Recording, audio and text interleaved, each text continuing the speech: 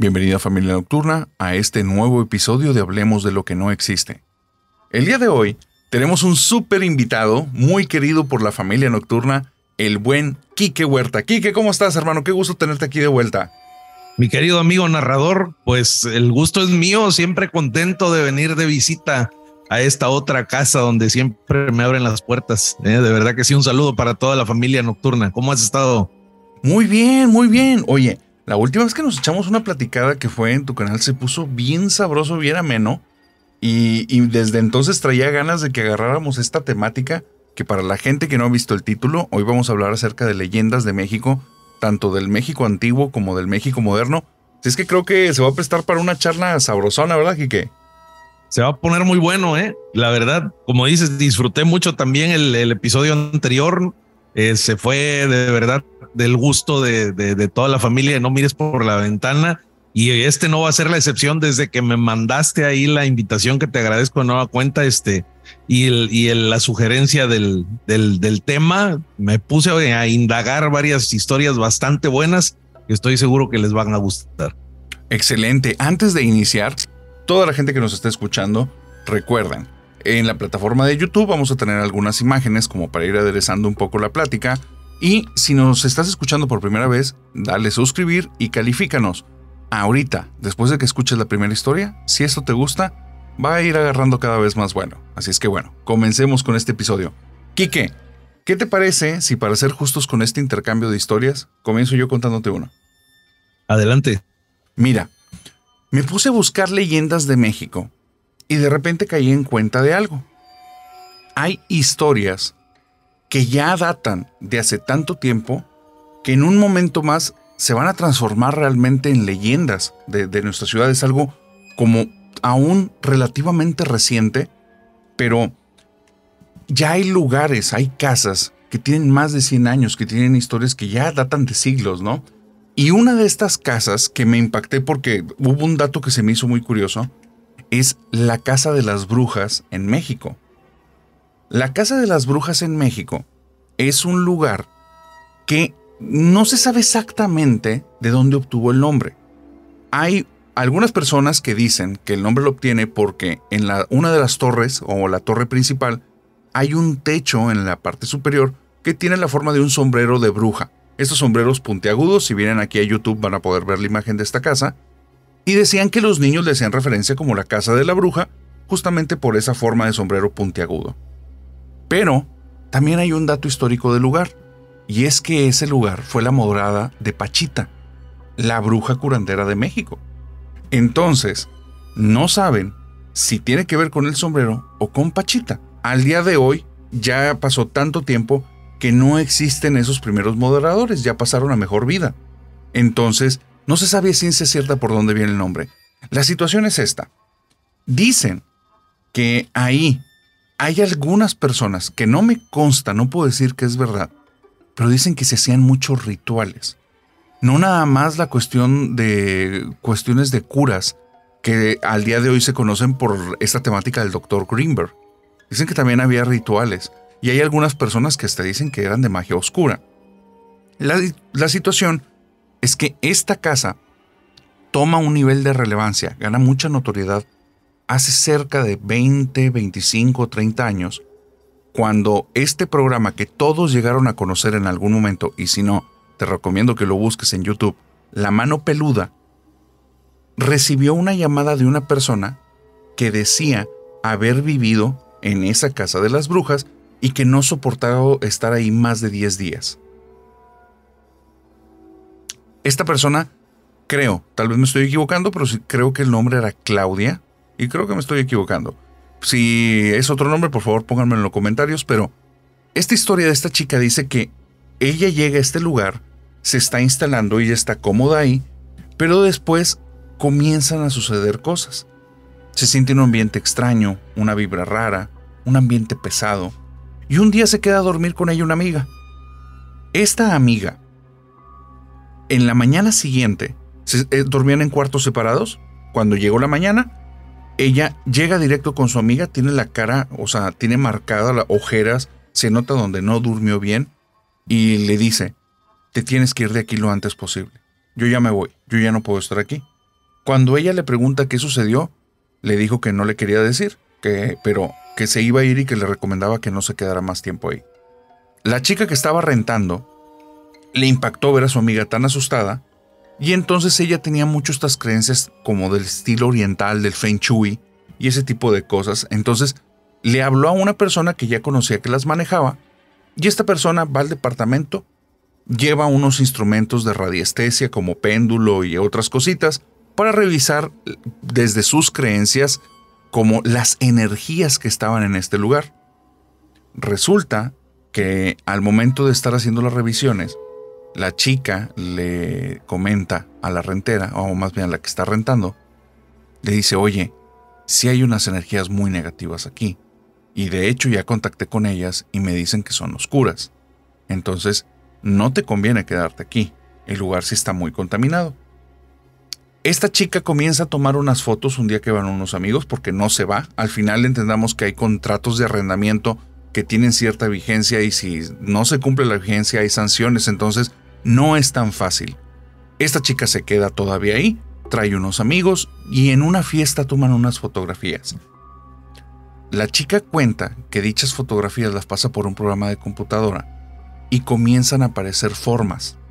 Una de las formas que aparece es un hombre con un sombrero, que todos ya saben que si aparece el hombre del sombrero es un muy mal signo del lugar en el que estás. Aparte de eso, comienzan a aparecer rostros humanos en las paredes y rostros muy demoníacos. Ella le empieza a dar muchísimo miedo a esta situación, así es que manda a traer un sacerdote y entre el sacerdote y la familia comienzan a hacer bendiciones ahí. Al hacer bendiciones, ella comenta que en algún momento cuando estaban arrojando agua bendita, a ella le cae el agua bendita en la mano y sintió como si le hubiera caído aceite hirviendo y le empezó a sentir como si le quemara a ella. Entonces comenzó a darle miedo. Pero al día siguiente, toma fotografías y ya no hay nada en los lugares donde se hicieron estas bendiciones y este intento de cambio de energía y este intento de limpieza. Sin embargo, se acordó que en la sala del lugar no se había hecho ningún tipo de rito, no se había hecho ningún tipo de oración ni nada. Entonces tomó fotografías de la sala, las vuelve a revisar en el programa de computadora y ahora revela el programa que todo el piso está lleno de cientos de rostros que le están mirando con mucho odio. Ella dice que después de eso ya no pudo permanecer más días ahí porque comenzaron a pasar cosas muy extrañas desde el momento en el que hacían los rezos hasta el día en el que se decidió ir. La temperatura del lugar empezaba a variar drásticamente. De repente hacía muchísimo calor y de repente hacía muchísimo frío y no había nada que estuviera haciendo cambios de clima. De hecho, afuera no había cambios de clima, solo eran dentro de su departamento. Aparte, la sensación de ser observada comenzó a ser cada vez más latente y llegó a un punto de sentirse como tan abrumada que es cuando decide irse de ahí. Después de eso, el lugar toma notoriedad y hay personas que han intentado ir a visitarlo. Como es un lugar que está habitado, muchos no han podido entrar, pero hay unos pocos, que hay unos videos allí en internet que los pueden encontrar, que lograron meterse y han hablado con personas que viven adentro. Y varias personas mencionan que en la parte superior, justamente donde está ese pico, ese techo en forma de sombrero picudo, que fue justamente donde vivía Pachita, ahí es donde suceden las cosas más extrañas. Y que sí, al día de hoy, por las noches, comienzan a escucharse ruidos, como si alguien estuviera haciendo rituales, como si estuviera haciendo oraciones durante la noche. Entonces, esa es la historia de la Casa de las Brujas, que al día de hoy todavía existe dicho lugar, pero ya hay historias que datan de hace siglos. Ahora sí que, una vez dicho esto, cuéntame tu historia. Oye, nada más no me hables así cerquita porque siento feo. Porque se me pone la piel chinita. Disfruten este episodio con audífonos, damas y caballeros, para que gocen la voz de mi amigo el narrador. Oye, mi estimado narrador, fíjate que esta historia está escalofriante y me imagino que debe haber otras similares. Me llama mucho la atención el tema que platicas, Pachita. Ahora que me estoy metiendo un poco más en todo este rollo, he escuchado varias cosas ya al respecto, ¿no? porque sí, esta mujer era una mujer que tenía unos poderes impresionantes y que de alguna manera, pues todas las cosas que hacía, estoy seguro que iba dejando una estela de energías de diferentes tipos a su paso, y este lugar debió haber quedado bastante cargado de todas estas situaciones, ¿no? Y seguramente, pues ahora en el tema contemporáneo se va viendo menos el tema de la brujería, la chamanería, la hechicería y las habilidades como la herbolaria, entre otras. A lo mejor no tengan mucho que ver y va por otro lado, pero me recuerda mucho también, por ejemplo, Pachita, a María Sabina, la sacerdotisa de los hongos y tantas otras historias, ¿no? Claro. A lo mejor me desvió un poquito, pero No. oye, qué fuerte la parte esta donde están los rostros en el piso. Fíjate que casualmente yo acabo de tener mi mudanza, estábamos platicando de eso. Ajá. Y siempre llega uno a la casa nueva con aquello así de a ver qué me encuentro, ¿no? Que Sí. no se me muevan las cosas. Un amigo hasta me acaba de platicar acá en el lugar donde vivimos, que tienes tu humilde casa, todos ustedes, un tema de poltergeist aquí en Loma Bonita, cabrón. Es No. algo que voy a platicar porque no, me lo dijeron así como de rápido, estábamos en la mudanza y justo me dicen aguas, porque acaba de pasar esto a un par de kilómetros de la casa donde vivimos, donde tienes tu humilde casa. Wow, cuéntame por favor, Quique. No la traigo todavía. Quedamos que la semana que viene me platica un amigo de la oficina, porque dice que sí está bastante fuerte, que ya es una tía, así te platico muy rápido lo poco que me dijo, pero es la casa de una tía aquí en Loma Bonita, una tía de este amigo que me platica de la oficina, donde pues primero empezó con cosas que caían, ya sabes, de la barra, de la cocina, del buró, de las mesas, del comedor, y eran cosas como muy sencillas. Llegó a tal grado que ya hubo contacto físico con los habitantes de la casa, empujones, jalones de cabello. No. Mira, me platicó Tremendo. de rápido, pero son cosas reales, son cosas que suceden. Y sobre todo que de repente uno puede decir, no, hombre, estas historias son de los abuelitos, cosas que cuentan de antes, pero no. Realmente en el tema contemporáneo, pues también hay brujería, ¿no? Y en contraste de la historia que tú me acabas de platicar y no perdiendo este tema que es muy interesante, yo en alguna ocasión te he platicado, pues que el mestizaje, y lo hablábamos, ¿no? Fue a todos los niveles, hasta en este tema de la brujería. Y fíjate que hay una zona en Veracruz, tal vez a muchos les suene la ciudad de Córdoba, que no siempre fue ciudad, en algún momento fue la villa de Córdoba de los Caballeros, ¿no? Y te estoy hablando más o menos del año 1618, donde, como tú dijiste, termina la historia y nace la leyenda. Uh-huh. Había una muchacha mestiza en esta villa de Córdoba de nombre Soledad. Soledad era una muchacha joven entre los 18 y los 21 años, se estimaba, que era poseedora, además de grandes habilidades para la herbolaria y para hacía este tema del clima, ¿cómo se llama? Se me fue el avión. Era la meteoróloga de su tiempo. Ah, ¿en adivinaba serio? Sí, claro. Ella te podía decir cuándo venían las aguas, si iba a haber mucho sol. Tenía habilidades también para la lectura astrológica, grandes habilidades.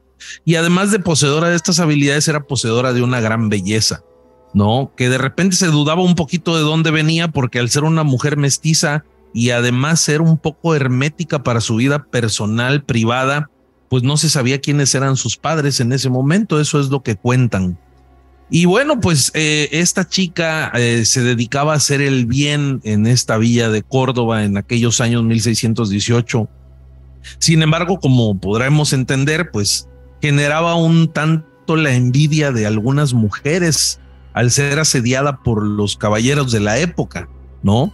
Y además, bueno, empezaron a surgir mitos en torno a Soledad, porque había mujeres que en este afán celoso la señalaban de que tenía encuentros pues íntimos con muchos hombres durante la semana al correr de los días, y que además se escuchaban gritos y situaciones extrañas, a veces una música tenebrosa salir inexplicablemente de la casa de Soledad. Todo esto al final llamó la atención desde luego de este aparato religioso, la Inquisición de la Nueva España en su momento. Sin embargo, nunca encontraron una situación por la cual mandarla a llamar. Es más, sí se presentó la autoridad inquisitoria en el domicilio de Soledad y no habiendo encontrado nada, pues todo quedaba en meros chismes en ese momento. Y aquí es donde entra un personaje que empezó a tomar relevancia, que era precisamente el alcalde de la villa, que era Martín de Ocaña en esos años, un hombre poderoso, desde luego, que empezó a pretender a Soledad. Le hacía llegar, a decir de las personas que cuentan esta historia, regalos costosos y le hacía visitas repentinas y repetidas. A lo que Soledad amablemente siempre le decía que no podía recibir estos regalos y que tratara de ir a menos con sus visitas porque ella no estaba interesada en el alcalde de Ocaña. Estas negativas de su parte llevaron al alcalde a la molestia. Como cualquier varón de la época, seguramente machista, no resistió los rechazos de Soledad. Esto lleva a de Ocaña a denunciarla de nueva cuenta, a la Santa Inquisición, quien en esta ocasión actúa de manera diferente, desde luego movida por el poder de un hombre como este, y toman la decisión de acusarla, mi estimado narrador, de brujería. Para entonces deciden trasladar a Soledad, y aquí es donde tal vez la leyenda empiece a tomar un poco más de forma para nuestros amigos de la familia nocturna. Deciden trasladarla al fuerte de San Juan de Ulúa en el puerto de Veracruz. Quienes no lo conozcan, dense la oportunidad de ir. Es un lugar impresionante. Además, es un lugar sumamente histórico. Una de las 4 declaraciones de heroico del puerto de Veracruz tiene que ver con el fuerte de San Juan de Ulúa, una de las 4 defensas de la nación. Ya me estoy metiendo en la historia. Yo también voy a hacer un podcast también de eso. Yo he notado tu amor por la historia, así es que no dudo que si lo hiciera sería algo grande, pero continúa aquí, que no te interrumpo. Gracias. Fíjate que me gusta tener detalles porque te voy a hablar ya fuera de lo histórico, cómo me calienta que venga la flota luego y me diga es que ustedes no saben, están inventando. No, sí sé. Por eso me gusta dar santo y seña. Bueno, yo ya fui. Sí, ya fuiste. Ya fui a San Juan de Ulúa, está muy cerca de aquí del lugar donde vivo. El puerto de Veracruz del norte de Oaxaca son aproximadamente 2 horas y media, 2 horas 20 minutos en vehículo particular. Y ahí justo en el puerto de Veracruz hay varios lugares. Está el fuerte de San Juan de Ulúa, está el baluarte de Santiago, lugares históricos que además representan orgullo nacional. Como te digo, Veracruz es 4 veces heroico. Investiguen, porque ya no les voy a seguir contando, porque me desvío de la historia de Soledad y el alcalde de Ocaña de Villa de Córdoba. Es trasladada Soledad, mi estimado Ais. El otro día me dicen, ¿por qué le dices Ais? Pues no sé, pero así le dicen varios. Ahorita nos cuentas por qué. Ok, claro. Entonces, que sí. Es trasladada Soledad al fuerte de San Juan de Ulúa en el puerto de Veracruz, presa, donde recibe desde luego su sentencia. Y su sentencia es que va a ser quemada en la hoguera, a la vieja usanza de la Inquisición europea. Esperando este oscuro destino, Soledad empieza a vivir sus últimos días resguardada en una prisión del fuerte de San Juan de Ulúa. Son lugares realmente pequeños, son celdas algunas de 2 metros por 2 metros. Hay una celda bastante cruel en el fuerte de San Juan de Ulúa donde cabe solamente una persona de pie, mi estimado narrador.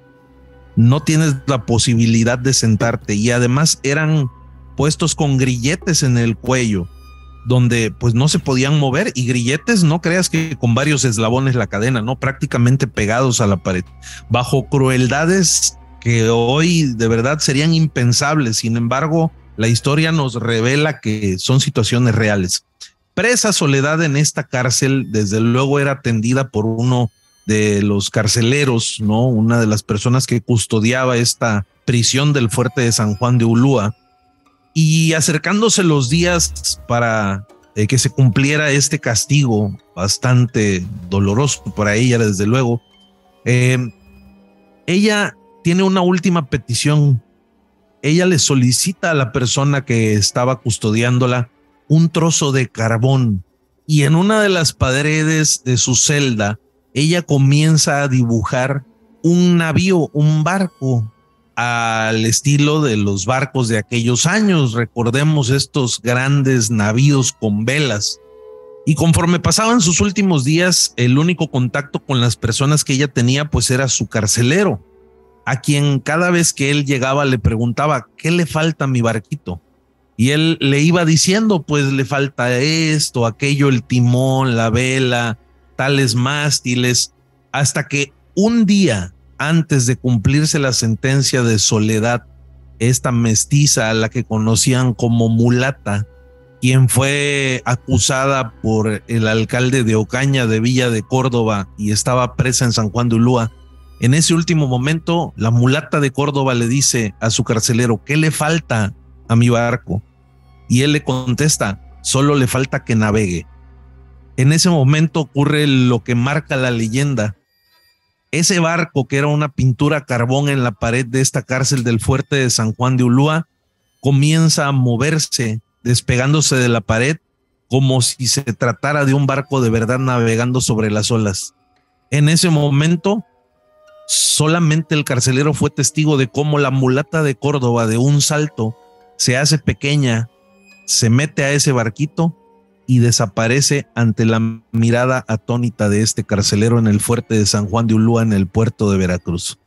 Esta es la leyenda, mi estimado narrador, de la mulata de Córdoba. Impresionante. Yo tuve la oportunidad de estar frente a la celda de la mulata y es, créeme, un lugar que te deja la piel chinita. Mira, ahorita casi me estoy acordando y es increíble, de verdad.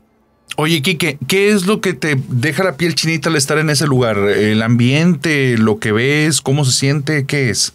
¿Ves los barrotes? No, de la prisión, son desde luego de acero, del grueso tal vez de 1.5 pulgadas, 2 pulgadas, corroídos ya por el salitre. Recordemos que al ser puerto, el efecto del agua salada tiende a oxidar de manera muy rápida el hierro, ¿no? Entonces, desde que tú vas pisando incluso estos, porque es pura roca, ¿no? De lo que hacían anteriormente estas construcciones. Son muros bastante gruesos, la impresión del mar, el ruido de las olas, te van metiendo en ese contexto. La prisión en estas celdas abarrotadas, como ya te las platico, además tú puedes empezar a ver cómo la misma agua con sal va formando estos picos no tan clásicos de los lugares viejos, de las cuevas, incluso que tienen mucha humedad. Las que son de arriba para abajo son estalactitas, ¿no? Sí. Que es la misma agua con sal que va cayendo, que va haciendo estas figuras. Es un lugar oscuro, un lugar húmedo, bastante tétrico. Incluso en una de estas prisiones hay una donde, como te contaba, tomaban como en un área común, en una misma prisión, a varios de las personas condenadas, y con grilletes los sujetaban de espaldas, pegados de pie a la pared. Y además había en especial en esa celda había varios como picos que estaban diseñados para que esa humedad que guardaba esta construcción goteara. ¿Para qué era esto? Ellos hacían que goteara sobre la cabeza del prisionero, hasta dejarlos locos de este castigo, ¿no? Goteaba, les caía la gota constantemente en la cabeza, ¿no? Recordemos que además la gota erosiona. Sí. Entonces esto llegaba a generar heridas, además la humedad, la herida, morían de infecciones en condiciones bastante inhumanas. Incluso hay historiadores, mira, te soy honesto, lo voy a platicar y no me gusta no tener bien los nombres, pero hay un personaje histórico que estuvo preso en el fuerte de San Juan de Ulúa, te enseñan su prisión, era el único que tuvo derecho a tener cama, era una cama desde luego de piedra, incluso se ve hasta una especie de almohada, un pequeño escalón sobre la plancha de piedra a desnivel para posar la cabeza. Y te cuentan la historia de cómo escapó de la celda. Él de repente tuvo la idea de, les llevaban unos barriles para que hicieran sus necesidades. Entonces este personaje histórico, no recuerdo quién fue, ojalá ahí se va a ver en los comentarios, ahí lo voy a poner en cuanto subas el video. pero tiene la idea de que para escapar se mete entre la suciedad del barril que le llevan a su celda. Entonces creen que escapó y estos barriles de suciedad eran tirados al mar. Entonces cuando tiran su barril, él logra escapar del fuerte de San Juan de Ulúa. Es un lugar increíble. Además, ya sabes, está la clásica, que como este río, esta poza en la entrada que rodea todo el fuerte de San Juan, y tienes que cruzar estos puentes todavía como de madera. No, créeme que te vas metiendo tanto que cuando estás ahí frente a la prisión de la Mulata de Córdoba, toda la leyenda cobra sentido y hasta incluso te deja la sensación de ser historia, no ser mito ni leyenda. Wow. Sí te creo totalmente, porque justo hace unos días que vino aquí Andy Tabata, que le mando un abrazo, a Andrea Cantú, y estaba contando varias historias y ella me dice en un detrás de cámaras que ella le tocó a ir, le invitan. A ver, vamos a ver, déjame marcar bien el orden de los datos. En 2000, no recuerdo si fue 2014 o 2015, más o menos por esos años, hubo una prisión aquí en Nuevo León que la cerraron, que de un día para otro el gobierno decidió que iba a trasladar a los presos, y fue esa noche donde hicieron el traslado, fue algo espantoso, fue algo terrorífico, porque los presos se rebelaron, hicieron un motín, y entonces fue una guerra interna tremenda, muchísimas bajas, una situación sumamente violenta. Y ella le invitan unas semanas después para darle un recorrido en el lugar, que conociera esta prisión. Y ella menciona eso, que al estar ahí, estos lugares en los que ocurrieron este tipo de cosas, te van como que la energía, el ambiente, te va metiendo a entender que fue un lugar que de cierta manera cobró o tenía vida propia en el pasado. Claro. Y mencionaba que, dice, es algo que no se puede explicar nada más con palabras, no es nada más lo que ves, sientes cómo ahí están los ecos de las personas que estuvieron, los ecos de las personas que ahí perdieron la vida, los ecos de las personas que ahí perdieron la esperanza. Y se vuelve, o sea, es una experiencia enriquecedora en el sentido histórico, pero aterradora en el sentido vivencial. Sí, claro. En ese momento, cuando tú estás de frente ante estos vestigios de la historia, todo, como te digo, todas las leyendas empiezan a cobrar sentido. Y además, una de las cosas que hoy por hoy platicamos acá es que los lugares guardan todas esas energías. Como bien dices, esos últimos momentos de desesperación, de desconsuelo, de desesperanza que se vivieron, tú te pones en ese lugar, y además las historias de triunfo, de lograr escapar, de todas estas cosas, te transporta, ¿no? El hecho de tener algo tangible en ese momento te transporta, la leyenda cobra sentido. Es increíble, de verdad, estas situaciones. Sin embargo, bueno, los grandes contrastes entre las brujas contemporáneas y las antiguas, ¿no? Estábamos hablando hace un rato de Pachita, y ahora hablamos de la Mulata de Córdoba, esta mujer Soledad, y otras tantas historias y leyendas que enriquecen la cultura de nuestro país de una manera impresionante, ¿no? De hecho, Quique, te iba a preguntar a ti y a la audiencia, ¿has estado en algún lugar que te haya dado algún tipo de vibra, como si el lugar tuviera vida propia?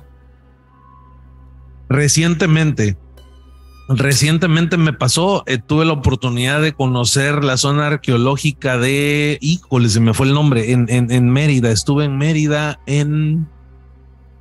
se me fue el nombre, mi estimado amigo.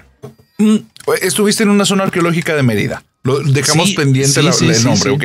¿Y qué sucedió? Ahorita, mira, conforme te van dando estos recorridos y te van relatando todas las cosas que fueron pasando, vas entrando a los lugares donde es permitido, porque no, de repente no en todos puedes tú ingresar, y te empiezan a platicar, te empiezas a trasladar a todos esos momentos. Tan solo cuando hablamos de zonas arqueológicas, tú ves las piedras donde hacían los sacrificios, los símbolos, cómo te van explicando el porqué de la arquitectura, y vas comprendiendo un poquito más las cosas. Pero cuando tú pisas esos lugares sagrados, hay algo, hay algo. ¿Sabes dónde me pasó también? No me acuerdo del nombre de este lugar, pero sí me acuerdo de este. En Zempoala, Veracruz, hay un lugar arqueológico también que poca gente conoce. Zempoala está situado cerca de Cardel, de Jalapa, Veracruz, también a ¿qué será? 45 minutos del puerto. Pero ahí hay zona arqueológica, hay pirámides y hay un círculo tiene una pequeña barda, a lo mejor a la altura de la rodilla, unos, ¿qué será? 50 centímetros, 40 centímetros, que es el círculo de los gladiadores. El guía te posa en el centro del círculo y tiene una acústica increíble, porque tú hablas y tu voz la escuchas atrás de ti, la escuchas a los lados, la escuchas como en un ambiente estereofónico. Es impresionante, ¿no? Y además te pide que cuando tú vas a ingresar a este círculo, que debe tener un diámetro de unos 3 metros, no más, tú le pidas permiso a los guerreros que perdieron la vida dentro de ese círculo para poder entrar, ¿no? Entonces sí te da así como la impresión de, ay, güey, esto es real, ¿no? Esto sí pasó. Esos dos lugares. Fíjate que como los lugares marcados por la tragedia y las personas que han sido marcadas por la tragedia eventualmente tienen esta energía que atrapa. No necesariamente, y esto también ocurre como a nivel de emociones, no porque te atrape es bueno. De hecho, en muchos casos, el hecho de que te atrape te habla de que puedes estar ahí en un lugar o circunstancia que necesitas mejor sacar la vuelta y moverte. Hay un lugar en Guanajuato que se llama la Casa de los Lamentos. Esta casa al día de hoy, las personas comentan que es uno de los lugares más embrujados de México. Y porque tiene una historia tan fuerte, tan lamentable, tan trágica, que hace todo el sentido que sigan ocurriendo cosas hoy. Lo que ocurre el día de hoy en esta casa son ruidos, hay muchísimas psicofonías, hay una sensación de la casa como si tuviera vida propia y te quisiera atrapar, como si te quisiera llevar a sus entrañas y no dejarte escapar nunca. Dicen las personas que ven sombras que se mueven, que si te pones fuera de la casa vas a ver movimiento y la casa va a estar totalmente vacía, porque son como las almas de las personas que se quedaron atrapadas ahí. Y es porque la historia es tremenda. Hablan que hace, no recuerdo exactamente los años, pero ya estamos hablando de, creo que es poco más de 100 años, ahí el dueño original de esa casa estaba muy enamorado de su esposa. Y de una manera, como lo es la buena vida, de forma inesperada, la novia entra en un tipo de problema, creo que es un problema de salud, y fallece. Entonces esta esposa, la esposa de él al momento de fallecer, destroza el corazón del dueño de esta casa y él busca por todos los medios y haciendo uso de su fortuna, y era una persona muy inteligente, por todas las formas que le eran posibles de pensar, intentó volver a tener contacto con ella y de hecho volverla a traer a este plano. La situación dice, o la leyenda dice, que al parecer, si es histórica, dice que él empezó a contactar personas, digamos, cada vez de reputación más cuestionable, de creencias cada vez más oscuras, de ritos cada vez más tenebrosos, y los llevaba a la casa y él comenzaba a adquirir diferentes libros que muchos ya los conocen con el nombre de grimorios, por los cuales empezaba a adquirir, digamos, un conocimiento que es prohibido, en el cual lo llevó eventualmente a hacer sacrificios de mujeres, de hombres, de ancianos, de niños. Dicen que llegó el momento en el que se sabía que este hombre estaba haciendo tantas cosas, llamémosla, no, ya ni siquiera cuestionables, obviamente criminales, que llamaron a las policías y al momento en el que entran al lugar encuentran varias cosas. La primera, decenas de cuerpos. No voy a dar datos, pero se los pueden imaginar. Un mismo cuerpo en diferentes partes de la casa. Dichos cuerpos utilizados en rituales en los diferentes cuartos. Altares con los restos de personas. Y en uno de los cuartos lo encuentran a él, sin vida. Y habían entendido el mensaje que, a pesar de todo lo que intentó hacer, como no tuvo resultado, al darse por vencido, decidió él como su única forma de reencontrarse con su esposa, quitarse la vida para llegar al otro plano con ella. Y dicen que desde ese día hasta el día de hoy, esta casa está embrujada por todos estos acontecimientos que ahí pasaron y que no hay persona que se atreva a pasar un día ahí porque la mala energía más las entidades que ahí habitan eventualmente o te van a querer que formes parte de la casa o te van a sacar de ahí.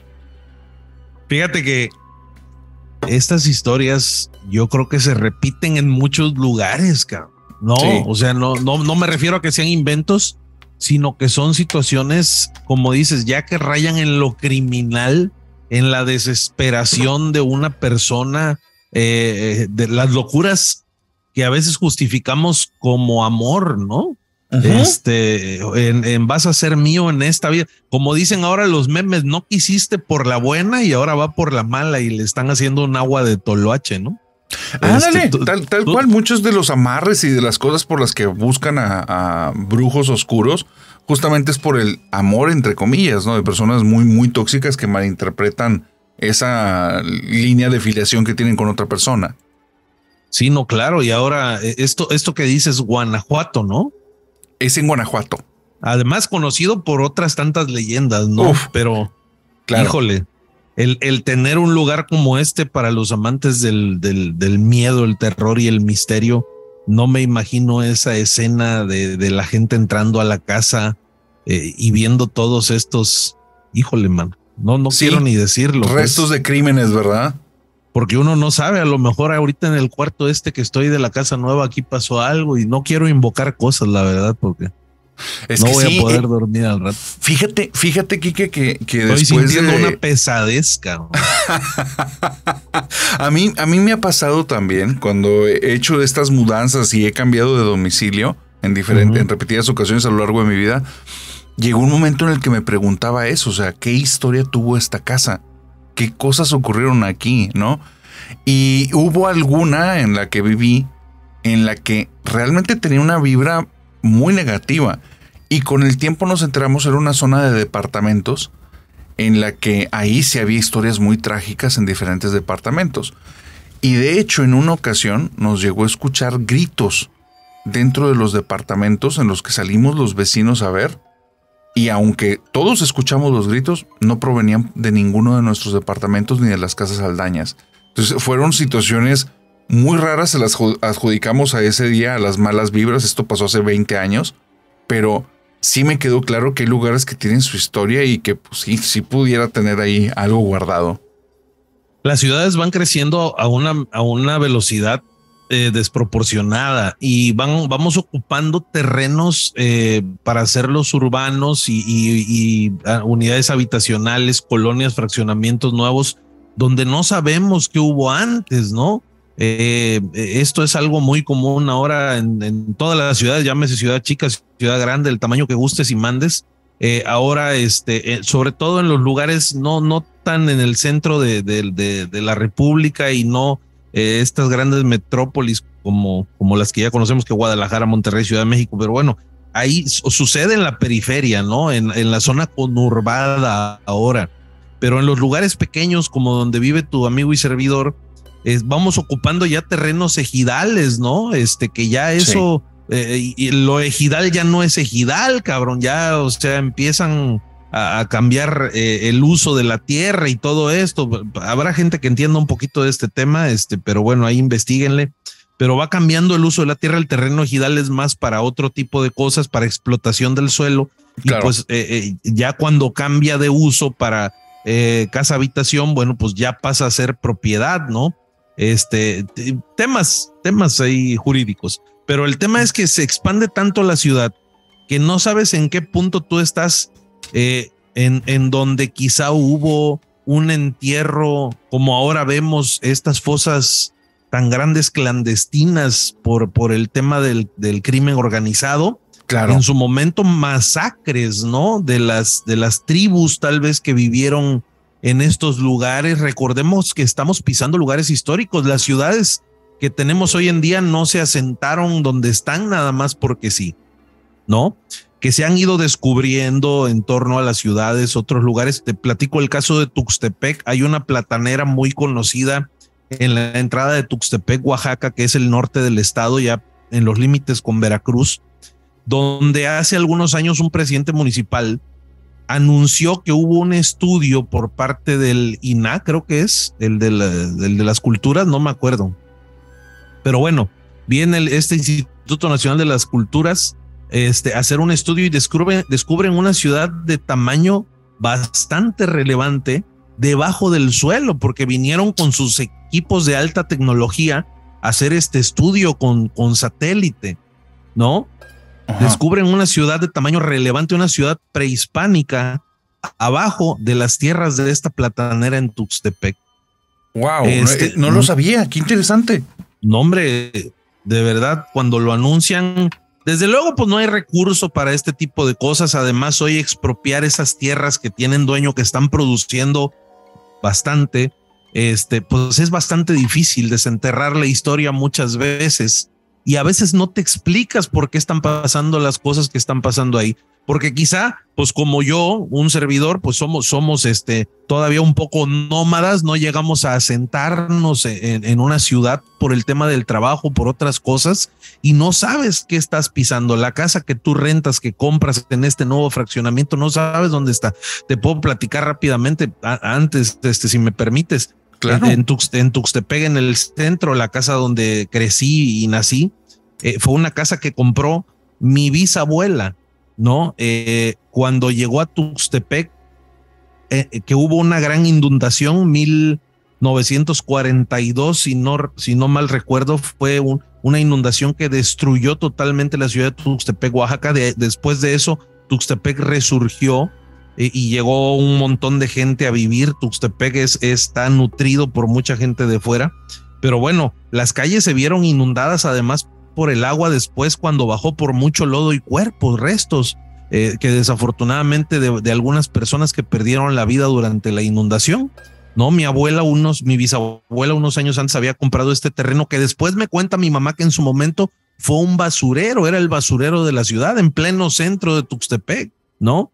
Entonces te vas topando con historias como esa, donde después poco a poco, quizás si le rascas, investigas, entiendes por qué te tocan la puerta, por qué hay esa voz que te está hablando, que te está pidiendo algo, por qué estás soñando con esta persona que tal vez te está pidiendo una oración, una veladora, que lo tengas en cuenta para poder trascender al otro plano. No estamos hablando ya de cosas bastante interesantes, pero no sí, quiero. De hecho, Quique, o sea, nada más como un complemento, porque lo que estás diciendo es muy cierto. Yo creo que nuestro día de hoy son las leyendas del mañana. Entonces, claro, mucho de lo que vivimos en nuestro día a día, en lo contemporáneo, dentro de 50, 70 o 100 años, van a ser las leyendas de tu tierra. Fue algo que mencionaste que me hace todo el sentido. Si nos vamos a las leyendas del pasado y ubicamos, muchas de las historias tienen que ver con tragedia. Tienen que ver con cosas que ocurrieron en ese lugar. Y por poner así lugares sin contar mucho su historia, está un templo en Ciudad de México que dicen que es como la iglesia que está maldita. Y es porque ahí se sabe que en el pasado hubo una guerra entre dos tribus originarias mexicanas. Y fue una masacre tan grande que al día de hoy dicen todavía que hay fantasmas de ellos en la zona. Aquí en Monterrey, en los tiempos de Calderón, del expresidente Calderón, hubo un momento en el que estuvo la situación de violencia tan alta que parecía que vivías en un estado que era una guerra civil. Granadazos, balazos todas las noches, detenían carros, vehículos incendiados, algo tremendo. Tremendos secuestros todos los días, todos estábamos con miedo. Y hubo lugares, como lo dijiste muy bien, que los transformaron en fosas comunes. Ellos llegaban a zonas de departamentos nuevas, sacaban a las personas y algunos las dejaban ahí para siempre y se adueñaban de los lugares. Entonces había pequeñas ciudades fantasmas en diferentes puntos de la zona metropolitana de Monterrey. Ya pasaron de ese entonces poco más de 10 años. Y al día de hoy, en muchos de esos lugares, las personas cuentan historias de terror donde ahora, o sea, ellos no sabían el pasado del lugar. Lo que sí saben es que se aparecen sombras, escuchan lamentos, escuchan personas quejándose, han tenido sueños extraños, tal cual tú lo dices. Entonces, Tu día de hoy, querida familia nocturna, lo que estás viviendo el día de hoy, es la leyenda del día de mañana. Entonces los lugares van guardando su historia y eventualmente, cuando se pierde el hilo, pues van a quedar como entre dimes y diretes, como muchas de las historias que escuchamos del pasado, ¿no? Pero es muy interesante cómo se van creando estas historias. Pero a ver, continúa aquí, que nos ibas a contar algo. Claro, pero dijeras tú, déjame agregar algo más. Por favor. Hoy están naciendo las frases célebres del narrador de Hablemos de lo que no existe. Tu historia de hoy es la leyenda del mañana. Anótenla, damas y caballeros, porque esa frase va a trascender. Y hablando un poco, retomando esta frase, pues ahí tienes al maestro, como le llaman muchos, Juan Ramón Sáenz, ¿no? Claro. O sea, la historia es reciente y ya es casi leyenda, ¿no? Y es muy contemporáneo. Y justo afuera de cámaras, vamos a decirle, ¿verdad? Pero antes de empezar la grabación estábamos platicando esto, que hay gente que de repente dice que es que son las leyendas de los abuelitos, son cosas que pasaron hace mucho tiempo, ¿no? Te traigo dos más rápidamente. Una que aunque es una leyenda que sí tiene algunos años de conocida y es muy, muy mexicana. Esto es del estado de Oaxaca, lo que te voy a platicar acá en el sur de mi tierra hermosa, que está la Guelaguetza ahora, por cierto. Debimos haber ido a la Guelaguetza a grabar allá, fíjate. Para el otro año. Para el otro año. Se podría interesante.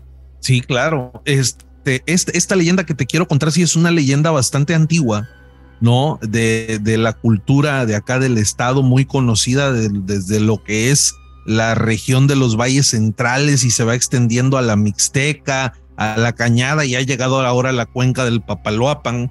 Esta es una leyenda que yo conocí hace poco por una historia que me platicó una invitada en mi canal, en Hablemos de lo que no existe. Y te la quiero contar. Ella dice que su papá le contaba, su papá viene de una comunidad precisamente de la Mixteca oaxaqueña, de allá por la región de Guajuapan de León, por allá.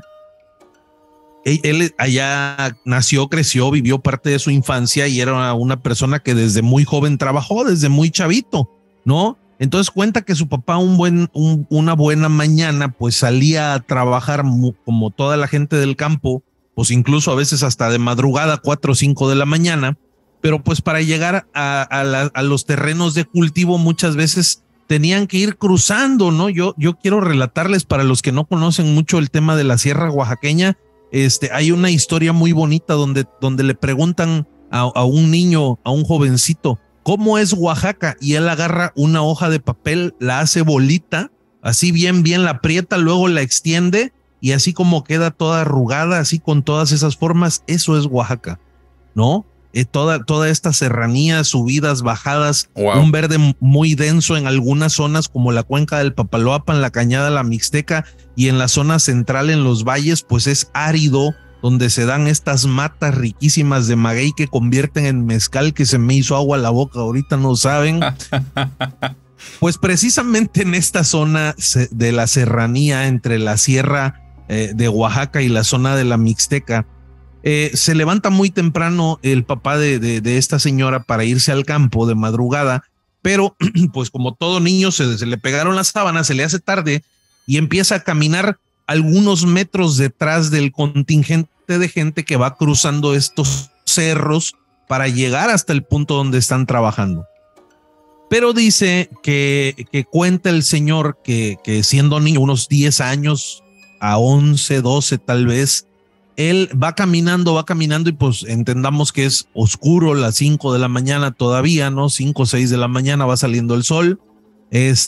Empieza a sentir como una presencia detrás de él y dice, pues a lo mejor hay alguien que viene atrás mío que seguramente pues también se paró tarde y a él pues no le tomó mucha importancia y siguió caminando. Pero él cuenta que más adelante, conforme pasaban los metros, él empezaba a escuchar las voces de la gente, ¿no? Pero pues desde luego, como son subidas, bajadas, de repente el camino hay una curvita, otra curvita, porque así es la sierra, pues no alcanzas a ver lo que hay adelante. Entonces él se confía y dice, bueno, pues la gente ahí va, yo los estoy escuchando. Y sigue caminando, pero de repente empieza a sentir esa presencia más cerca y ya empieza a escuchar la voz de una mujer que le llamaba por su nombre. Y eso ya le empieza a tomar como un temor y empieza a caminar, pero ya cuidándose, como volteando, y sí alcanza a ver en varias ocasiones la silueta de una mujer joven y muy bonita, dice él. Veía un cuerpo bonito, como atractivo, a pesar de que era un jovencito, pues ya a esa edad ya empiezas a ver la vida de otra manera, ¿verdad, mi estimado Ice? Entonces, pues él va volteando, va sintiendo esto, y de repente más adelante ve a un burrito, un animalito, con su correa, que dice, pues a lo mejor aquí lo dejaron para que yo me lo lleve, y agarra al burrito y se lo lleva y lo va acompañando, ¿no? Y llega el momento en que este niño llega a un arroyo, y en el arroyo, pues hay que cruzarlo, ¿no? Son a veces de unos 2 a 3 metros de ancho, no son tan caudalosos los arroyos, es bajito, van haciendo el agua allá en la sierra, eso sí, un agua muy fría. Y justo antes de cruzar el arroyo le vuelve a hablar esta voz, alcanza a voltear y la ve, pero lo que nota este niño es que esta mujer tan hermosa tenía algo muy raro en sus pies. Sus pies no eran los pies de un humano, de una mujer, con las características que él la veía. Sus pies eran más parecidos a los de una gallina.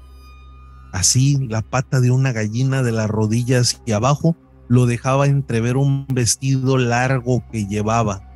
Entonces a él le da mucho miedo y rápido cruza el arroyo y empieza a correr, pero nunca alcanza a la gente, sino hasta llegar al campamento. Empiezan a ladrar los perros, recordemos 5 o 6 de la mañana, empiezan a ladrar los perros. Va llegando al campamento y una de las personas que cuidaba el campamento sale y lo ve que llega agitado corriendo con el burro y le dice, bueno, chamaco, ¿qué hiciste o qué? ¿A quién mataste o qué? Porque lo ven que llega como todo papucho, ¿no? Y él no podía hablar, tardó como 30 minutos, cuenta el señor, en poder recuperar el habla. Y una vez que ya se sintió mejor, él empieza a decir, oye, es que me pasó esto, fíjate que venía yo, me paré tarde, oía las voces de los hombres allá adelante y quería yo alcanzarlos y no podía, luego me encontré al burro, me venía siguiendo una mujer, pero cuando me alcanzó en el arroyo, tenía las patas de gallina. Y le dice, no, muchacho, lo que a ti te alcanzó fue la bandolera. La bandolera también la conocen como la matlacigua, y esta leyenda también la conocen en Centroamérica. Esta mujer de rasgos muy hermosos, de una belleza indescriptible, que te va siguiendo en el monte, en los arroyos, en la serranía, ¿no? Y te alcanza y te seduce y deja a los hombres locos. Esa es la leyenda de la matlacigua. Entonces le dicen, muchacho, a ti lo que te venía siguiendo era la matlacigua, y adelante de ti lo que venía era el diablo, porque los hombres tienen más de 1 hora que llegaron aquí al campamento y ya incluso se fueron a la tierra a trabajar. Wow. Esas voces que tú escuchaste era eso. Imagínate qué fuerte lo de este señor. Y no es la única historia, ¿no? Hay otra persona también que me platicó también sobre la matlacigua, esta mujer, como te la describo, que de repente, igual de la misma manera, se la encontró este muchacho, que ya es otro, es tío de un amigo de la oficina, me lo acaba de platicar esto. Se fue a chapear a un terreno que tenían y él estaba chapeando, vivían también en una comunidad, pero esto ya en la zona de los valles centrales, ¿no? Estaba chapeando allá su tierra, pues su parcela, cuando de repente dice que esta mujer le empezó a hablar, también le empezó a hablar por su nombre y la vio y le decía, ven, pero él nunca quiso ir. Entonces cuando regresa a su casa, él lo platica y le dice a su abuelita, no, hijo, tú te encontraste a la bandolera, a la matlacigua. Lo que tienes que hacer es que le tienes que poner una ofrenda. Cuando vayas tú al campo, primero te vas a llevar una cruz de madera que vas a hacer con unos palitos, una cruz pequeña, y te vas a llevar esta ofrenda al campo, le vas a llevar fruta para que no te haga nada y te deje trabajar. Entonces él cuenta que él lo empezó a hacer. y que le dijeron, esa cruz cuando se te quiera acercar, tú se la pones en el pecho y ella va a salir corriendo. Así le dijo la abuelita, ¿no? Okay. Entonces va armado el muchacho al campo otra vez, regresa y tal. Le llevaba su ofrenda, nunca se la volvió a topar. Crece este muchachito, ya era un joven de unos 20 años, ¿no? Todavía soltero, dormían en el mismo cuarto que su hermano, que era más joven que él. Pero entonces dice que ya tenía algunos días que él pues ya no hacía eso. Bueno, unos años, mejor dicho, ¿no? Que ya no le llevaba la ofrenda a la matlacigua, como que él dejó de creer en esas cosas, ¿no? Ajá. Y esto tendrá apenas unos 20, 25 años que te cuento que le pasó a esta persona, ¿no? Entonces dice que estaba durmiendo con su hermano y de repente él abre los ojos y de reojo alcanza a ver cómo una mujer se está llevando a su hermano, que era 5 años menor que él. Sobre los 14, 15 años estaba su hermano. Pero el hermano como ido, con la mirada perdida así en el horizonte, ¿no? Entre dormido, y ve cómo la silueta de esta mujer, que estaba oscuro, desde luego se lo va llevando de la mano, y él dice que quiere gritar, que se quiere levantar, y no puede. En ese momento a él le da como una parálisis del sueño, y dice que alcanza a ver de reojo cómo la mujer le hace como la señal de que se callara, así de shh. Puta, y dice que él sudaba, cabrón, y quería gritar y se quería mover y no podía, ¿no? Que alcanza a ver cuando ya van saliendo otra vez así como de reojo los pies de la mujer, y eran esos pies de gallina característicos de la bandolera que se estaba llevando a su hermano. Cuando él puede recuperarse, ya que se le pasa esto, pega el grito, la gente de su casa llega su papá, su mamá, la abuelita que vivía ahí. ¿Qué pasó? Es que a mi hermano se lo llevaron. Entonces la gente de la comunidad se junta y salen a buscarlo y lo encuentran acostado a la orilla de un arroyo. Levantan al hermano y se lo llevan a la casa. Pero bueno, resulta que el hermano estuvo 3 semanas y no hablaba, y no hablaba, y no hablaba. Entonces lo llevan con una curandera y les dice, no, a este chamaco hay que curarlo de espanto. Y me sorprende esto de curar de espanto, porque verás, dice que la curandera agarra una vara y se lleva al joven, al hermano de este señor, lo lleva de la mano hasta el lugar donde lo encontraron, a la orilla del arroyo. La curandera se mete al agua con él hasta medio, abajo de la rodilla, ¿no? Como decimos canilla, acá no sé cómo le digan allá, a media canilla, medio chamorro le dicen allá en el norte. Chamorro. Sí. Bueno, así meten parte de los pies al agua, y la bruja, la chamana, la hechicera, esta mujer, empieza a azotar la vara contra el agua. Ya, dice, ya, suelta al chamaco, ya déjalo porque ya me lo llevo, yo ya lo traigo, ya suéltalo. Y azotando la vara en el agua, cabrón. Hasta que dice que poco a poco el chamaco empezó a hablar, y en ese momento ya se salieron del agua. La mujer dice que su espíritu se había quedado ahí en el agua porque la bandolera quería llevárselo y no alcanzó a cruzar este arroyo ya un poco más grande en esta historia. Era una especie de riachuelo, entonces ahí lo dejó, pero sin embargo dejó su espíritu atado, la matlacigua, esta mujer hermosa con pies de gallina. Y en otros lados la representan, mi narrador, con la cabeza de caballo, un cuerpo muy bonito, pero la cabeza de caballo y las patas de gallina. Esto es una leyenda mexicana, ¿no? Que también es conocida en Centroamérica. ¿Cómo ves? Qué tremendo, ¿eh? Esa leyenda de la mujer con la cabeza de caballo ya alguna vez nos la habían contado aquí, pero esas historias que están contando son inauditas, aparte de contemporáneas. Entonces es como si la leyenda estuviera vigente el día de hoy. Sí, todavía, ¿no? Hay incluso gente, como te digo, que tiene mucho respeto por el tema del trabajo, y que hacen sus ofrendas para esta mujer, para la bandolera. Le llevan sus ofrendas al campo y cargan con su cruz de madera, una cruz pequeña que hacen con 2 ramitas, porque dicen que si se te acerca la bandolera se la pones en el pecho y sale corriendo. Y son leyendas que están vivas. Oaxaca es un estado donde las leyendas viven, mi estimado Ice. De verdad que es un lugar impresionante, no porque sea mi tierra, ¿verdad? pero tiene mucha riqueza de esto y hay lugares que están muy cargados de energía. Yo estuve subiendo a parte de la Sierra de Oaxaca, pero por el costado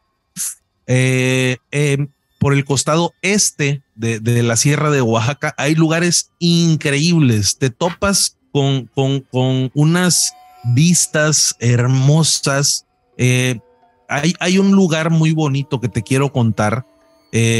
Desde Playa Vicente, Veracruz, tú alcanzas a ver hacia la Sierra de Oaxaca, cuando está muy despejado, una pequeña cascada. No recuerdo el nombre del lugar, te soy honesto. Hay incluso un video por ahí. Luego te lo voy a compartir y voy a ponerlo por acá también. Pero tú alcanzas a ver este lugar. Bueno, este lugar está aproximadamente a 4 horas de la ciudad de Playa Vicente. Playa Vicente, Veracruz está a 1 hora de Isla Veracruz. Isla Veracruz está como a 3 horas del puerto de Veracruz, para que más o menos vayan ubicando lugares más conocidos, ¿no? Pero esto es de Playa Vicente hacia la Sierra de Oaxaca.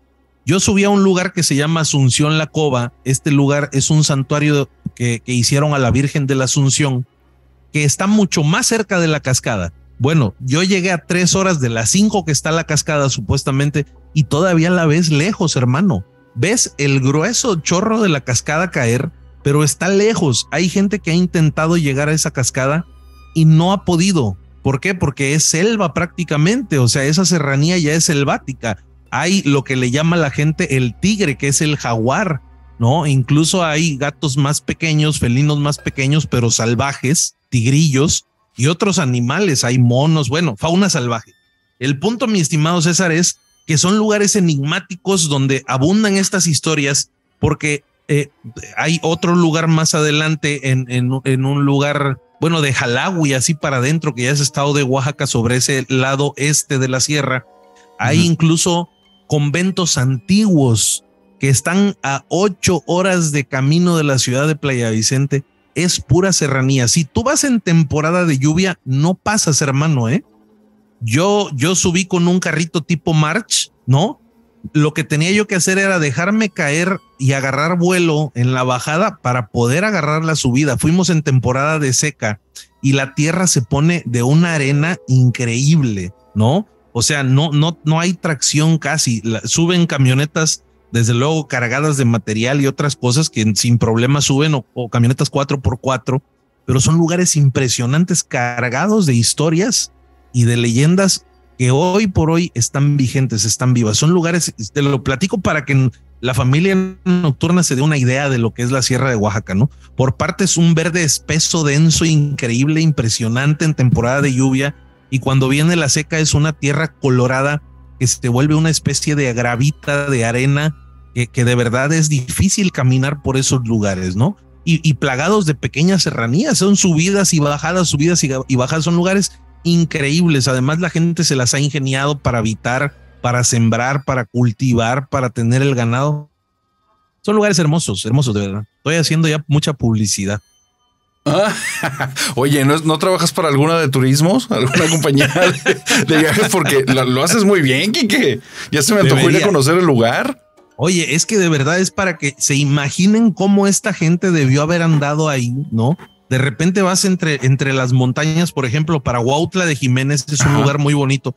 Tú estás acá arriba, ¿ves? Estás arriba, Huautla, que es serranía, y ves cómo va cayendo el cerro, y por acá abajo va pasando el río entre los cerros, Es increíble, son lugares muy bonitos, de verdad, muy bonitos. Y además por eso seguramente están plagados de historias como estos. ¿Quién sabe qué cosas pudieron pasar en esos caminos o qué espíritus que pues al final no tenemos conocimiento en el resto de la República puedan vivir en estos lugares?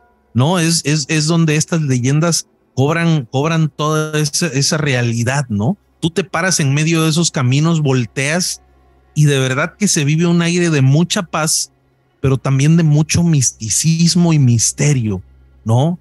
Realmente, incluso hay gente en este lugar que te digo, el Santuario de la Cova, en la Asunción La Cova. Hay una placa en ese santuario que dice: muchas gracias a los hermanos alemanes por su cooperación para levantar este santuario a nuestra madre, ¿no? O sea, quiere decir que hubo europeos que fueron a ese lugar que tú como europeo ni te imaginas, si como mexicano, cabrón, yo que vivo cerquita de este lugar, cerquita entre comillas, porque en línea recta está ahí derechito, dijeran en mi pueblo, pero los caminos son complicados. Uno que está cerca no los conoce, entonces imagínate, son lugares que los mismos extranjeros van a visitar y quedan maravillados, mi estimado narrador, de las cosas que se viven en estos lugares, de lo que tú puedes ver en estos lugares. Yo por eso hoy por hoy creo que estas leyendas tienen mucho de realidad, ¿no? En este caso, la Matlacigua o la bandolera. Fíjate que mencionaste algo que llamó mucho mi atención. Dentro de estos lugares, mencionaste estos conventos que, por cuestiones históricas, se sabe que en la Iglesia Católica, en el siglo III más o menos, ocurrió un fenómeno al que denominaron los Padres del Desierto.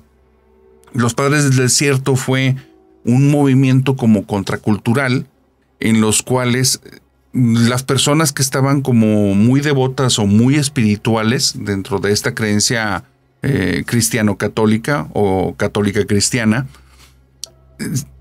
decían que de cierta manera ya se había contaminado mucho la creencia y se había transformado en algo banal. Entonces las personas, los templos, los sacerdotes y los seguidores, aunque decían creer en esas creencias de manera profunda, realmente al nivel de práctica no ocurría nada. Entonces se había transformado como en algún tipo de símbolo distintivo, pero no en nada que trajera riqueza espiritual. Ante esa crítica ocurre este fenómeno de los Padres del Desierto, en los cuales deciden alejarse de la sociedad y empezar a vivir como un tipo de proceso espiritual muy profundo en la soledad. Y se iban a los desiertos y ahí construían, ahí es donde inicia el fenómeno de las abadías, que después da pie a los conventos. Y por eso al día de hoy, al día de hoy ya no tanto, pero todavía un siglo atrás existía esta tradición de hacer conventos fuera de las ciudades, en lugares que estaban totalmente despoblados. En el santuario de Guadalupe en México. Escuché una historia, ese lugar tiene muchísimas leyendas, hay muchos datos históricos, hay muchas experiencias de personas entre milagros, apariciones que han tenido momentos como de contacto espiritual místico muy fuerte con Dios, con la Virgen, con ángeles, con santos, etc. Pero hay datos históricos, ahí arrojaron una vez una bomba donde arrojaron una granada donde tienen el ayate de la Virgen. Y se quedaron impactados porque no quedó lastimado el ayate. No sé si se hicieron más estudios al respecto, pero fue algo muy nombrado en su tiempo y hace 30 o 40 años. Después se hizo un estudio acerca del ayate, no sé en qué terminó, pero la parte que les llamaba a todos la atención era la parte de los ojos de la Virgen, que decían que no había una técnica para el tiempo en el que se creó que permitiera hacer ese tipo de dibujos tan detallados y menos en el tipo de material que estaba. En fin, en ese lugar hubo una historia que me topé hace poco, que ya la hablan al día de hoy como una leyenda, porque dice que tiene décadas ocurriendo. Jamás lo había escuchado. Y se llama es el fantasma de la vela perpetua. Nunca había escuchado de esto. Y cuando lo escuché me llamó mucho la atención y se los quiero compartir, porque quiero saber si la gente que vive allá o que ha ido a este lugar ya se ha topado esta leyenda y si es cierta. Ellos mencionan que en este santuario de Guadalupe, durante las noches, en ciertos días del mes, se logra ver dentro del santuario una vela que está siendo conducida por una mujer. La mujer se ve con un velo, nadie le ha logrado ver la cara, y guardias, veladores y personas que han estado incluso dentro del templo la han intentado seguir, y cuando se la topan se dan cuenta que es como algo etéreo, es un tipo de forma media transparentosa, la luz la puede atravesar, no es totalmente física, y ella no parece que reaccione con las personas. Sin embargo, también hay personas que dicen que han escuchado la voz de esta mujer, han escuchado sus rezos, que todo el tiempo está como con este tipo de ritmo monótono en el cual parece que está rezando como un tipo de rosario. También algunos dicen que han escuchado los pasos de ella, y ha habido otros que dicen que han escuchado su voz justo en su oído. Mencionan que esta imagen, aunque suena aterradora, no da ningún tipo de miedo, genera más bien intriga y a algunas personas hasta les ha dado paz. Y que algunos se han topado a esta figura, a esta mujer de la vela perpetua, andando esos pasillos y que ha coincidido con momentos muy trágicos y oscuros de su vida y que después de habérsela topado, las cosas han cambiado para bien. Entonces quería compartir esta historia que nunca la había escuchado, me llamó mucho la atención y ocurre dentro de estos centros históricos que están cargados de historia que en algún momento parece que estuvieron intentados a estar fuera de la sociedad y ahora son parte ya de ella, como muchos de los conventos. Pero bueno, me llamó mucho la atención y también quería compartirla aquí porque me trajiste a la mente cuando mencionaste esto de los conventos que estaban como alejados, ¿no? Súper alejados.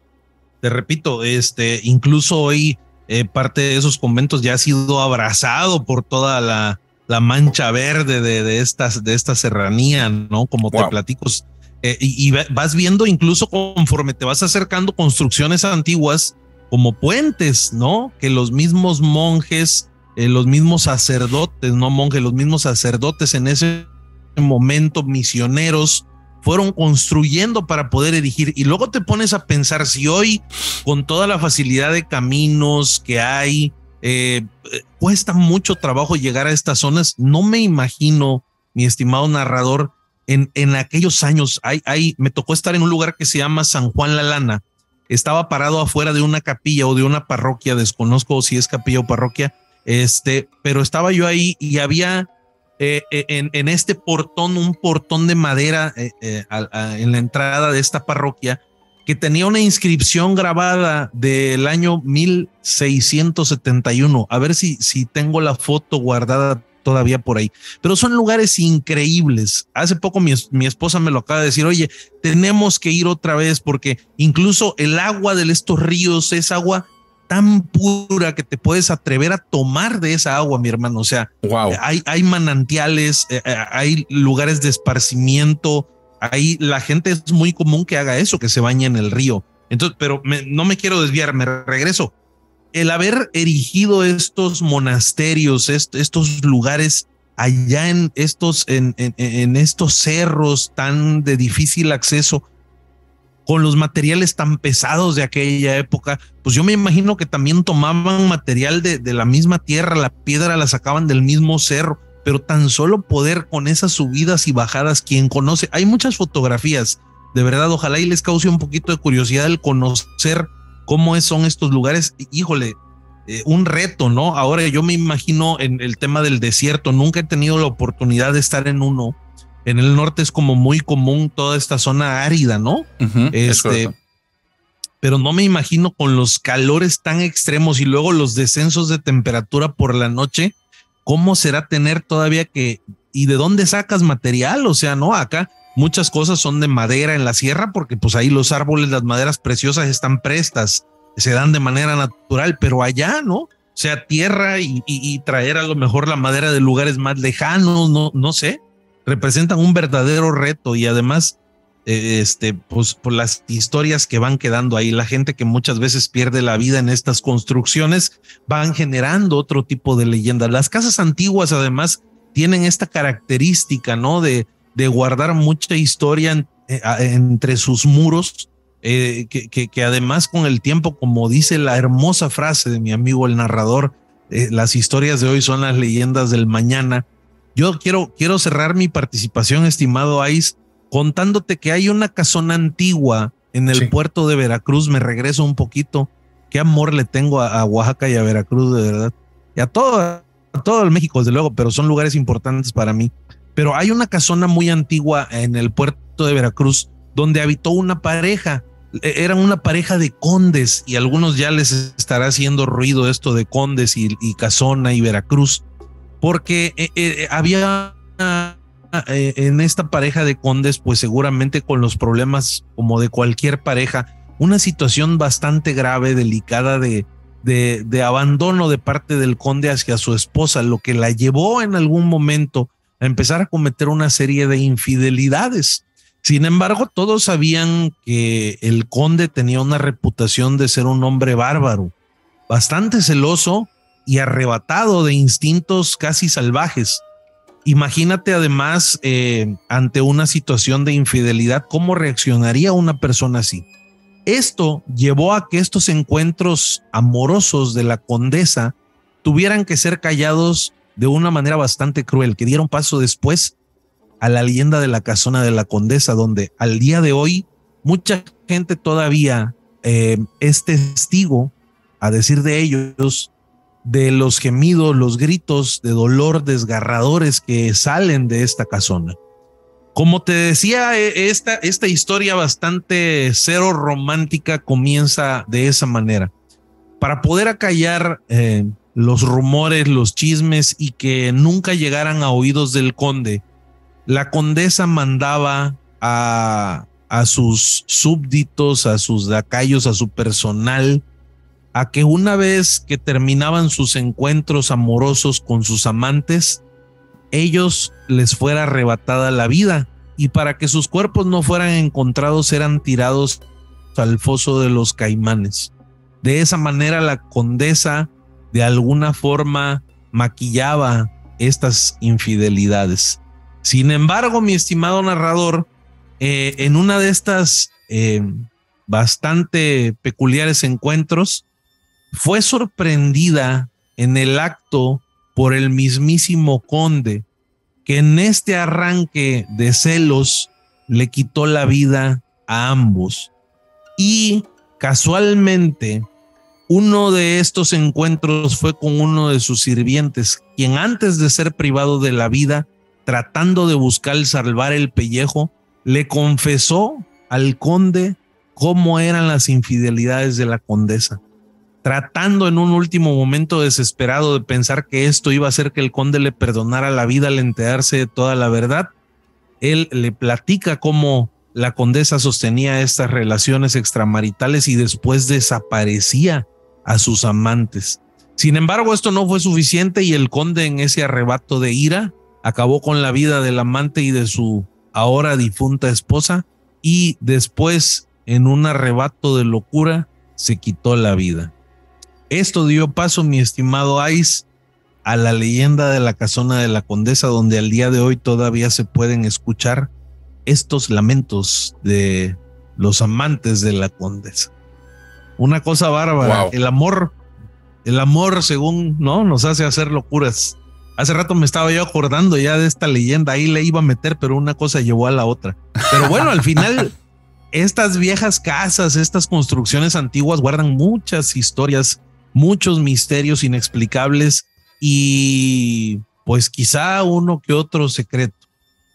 De hecho, fíjate que esta historia, bueno, una duda primero sobre lo que me estás contando. ¿En qué lugar es la casa de la condesa? ¿Dónde está ubicada? Esto estaba en el centro de Veracruz. Centro de Veracruz. Al día de hoy ya no existe. No, ya fueron construcciones que se fueron cayendo, quedan algunos vestigios de repente. Hay construcciones muy viejas todavía que están en pie en el puerto de Veracruz y no las puedes tocar por un tema de protección legal, ¿no? Este Instituto Nacional de la Cultura, pues los decretan monumentos históricos y algunos todavía fueron rescatados. Por eso, cuando tú caminas por las calles del centro de Veracruz, puedes ver que ligeramente todavía encuentras un par de edificios que conservan la arquitectura novohispana, ¿no? Es más, hubo un centro nocturno después ahí muy famoso en mi época de universitario que llevaba este nombre. Después lo cerraron y actualmente creo que lo volvieron a abrir, pero ya en lo que es el Boulevard de Veracruz. Ahí no quiero hacer comercial, no, pero es una leyenda muy sonada y muy propia de ahí del puerto Jarocho.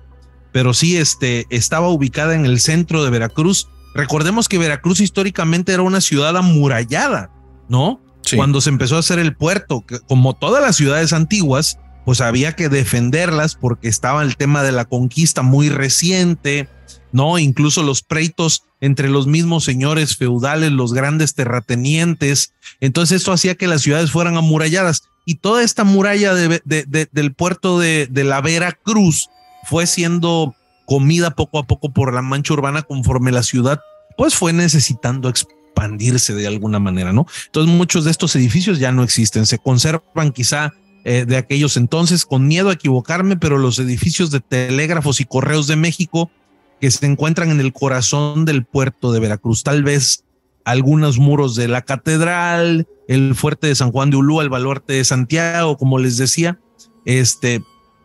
y esta es parte de seguramente muchas otras leyendas que nos podemos encontrar en el centro de esta hermosa ciudad y puerto. Oye, Quique, de entrada te agradezco porque en la plática de hoy ha sido muy notorio tu amor por la historia de los lugares y el amor que le tienes especialmente a Oaxaca y Veracruz. Gracias por compartirlo aquí porque ha sido una cátedra histórica y me ha gustado mucho. Basta que me sonrojas. Fíjate que justamente con la frase que dije al inicio, o sea, tu historia del día de hoy va a ser la leyenda del día de mañana. Hay en Monterrey algo que tal cual fue así en los años, creo que fue en los años 60, si mal no recuerdo. Ya todos en México, muchos de los que les gustan las historias de terror, se han topado con la historia de la casa de Arramberry. Pero esto es una situación como muy interesante si la analizas. En los años 60 hubo una nota periodística que hablaba sobre una tragedia. Unos tipos entraron en la casa en la que vivía un ingeniero y su familia, y un día cuando él no estaba presente, matan a la esposa y a la hija, las torturan. Encuentran encuentran una escena de crimen atroz, totalmente escandalosa para la época, algo horripilante. El ingeniero se va. Después descubren quiénes son los asesinos. Resulta que era un familiar y que había llevado un par de carniceros que trabajaban justo a unos metros de la casa. Y todo por una cuestión de dinero que el ingeniero había ahorrado. Este ingeniero trabajaba en Fundidora. Fundidora fue un lugar en Monterrey que trajo muchísimo trabajo. Provocó que creciera muchísimo la ciudad. Dio esperanza de vida para muchas personas. Pero también fue lugar de varias tragedias. Y hubo un momento, creo que fue en los años, también entre los 60 y los 70, que explotó uno de los hornos. Y murió muchísimas personas. Y en estas dos situaciones en las que tiene que ver, el ingeniero estaba involucrado en Fundidora, pero no en la explosión del horno.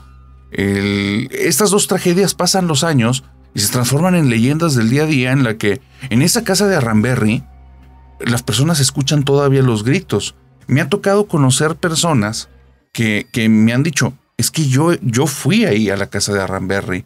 Dice, no escuché nada, a mí no me consta eso. Pero ¿sabes qué sí ocurre?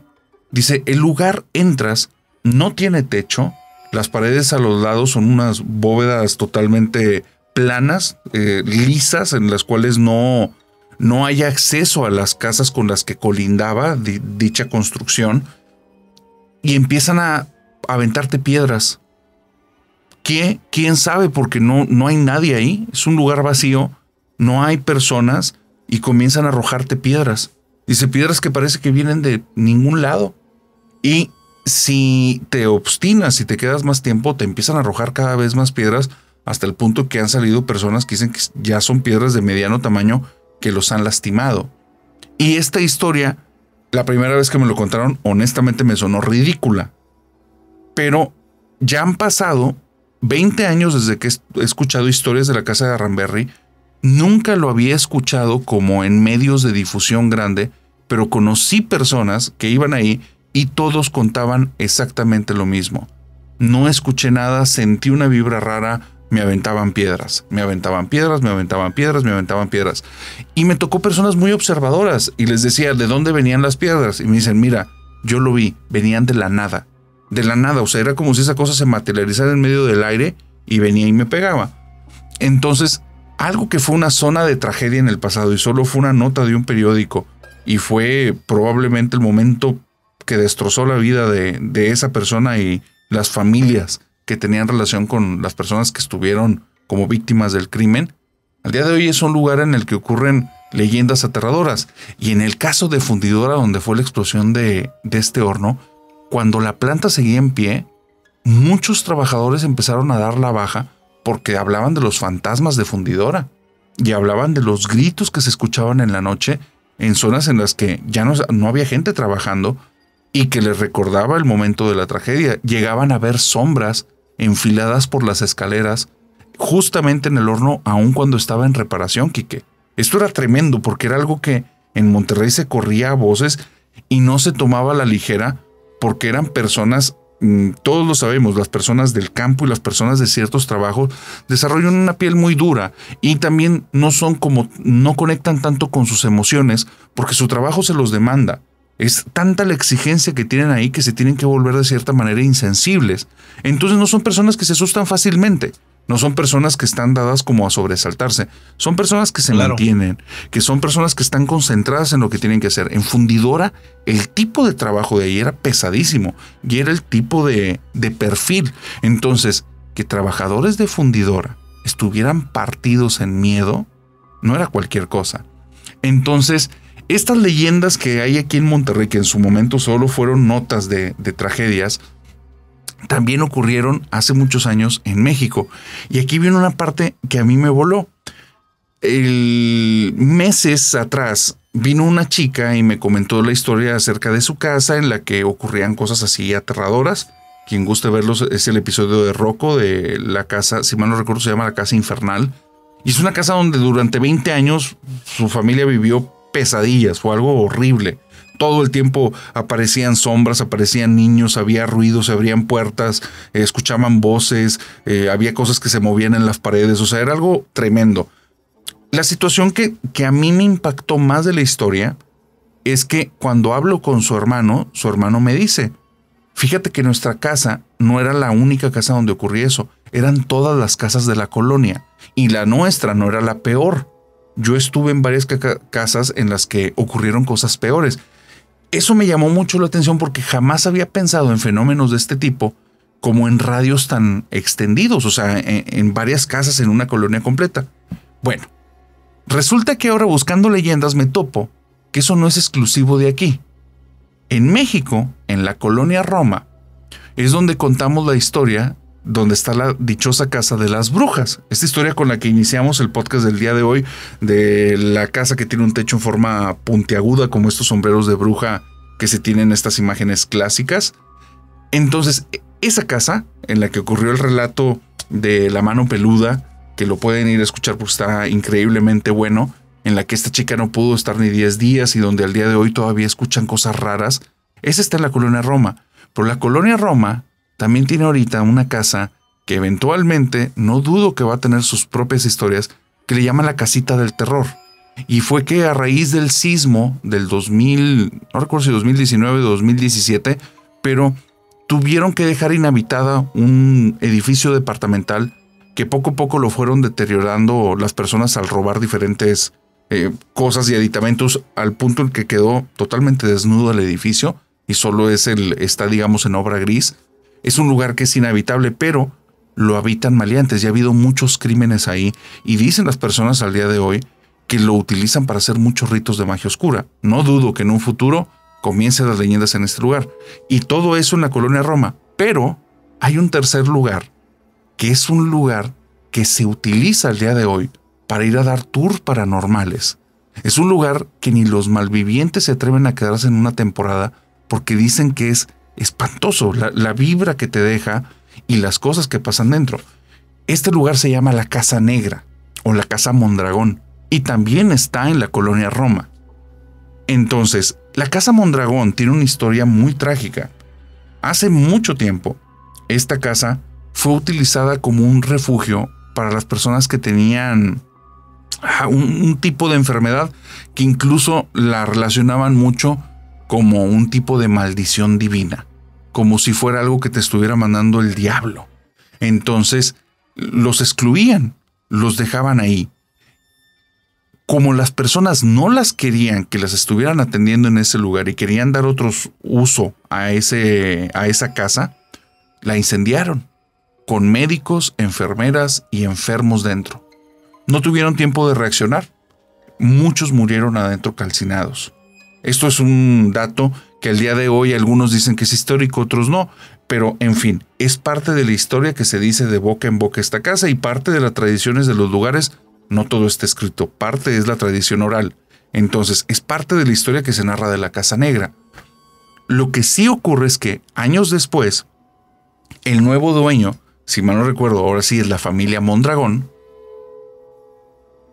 La familia Mondragón vive en este lugar y hablan acerca de que hay sonidos, hay sensaciones extrañas, se siente un lugar no tan agradable, pero no por eso están viviendo una pesadilla, simplemente tal vez puede ser que parte de la historia los afecta a nivel de psicología y eso es lo que los hace tener como que estas sensaciones. Entonces ellos permanecen en la casa, llevan un ritmo de vida muy estable y de repente un día los trabajadores se dan cuenta que el dueño de la casa, el señor Mondragón, no salió a recibirlos, no les están abriendo la puerta, la esposa tampoco se dan signos de vida de ella y no escuchan a los niños.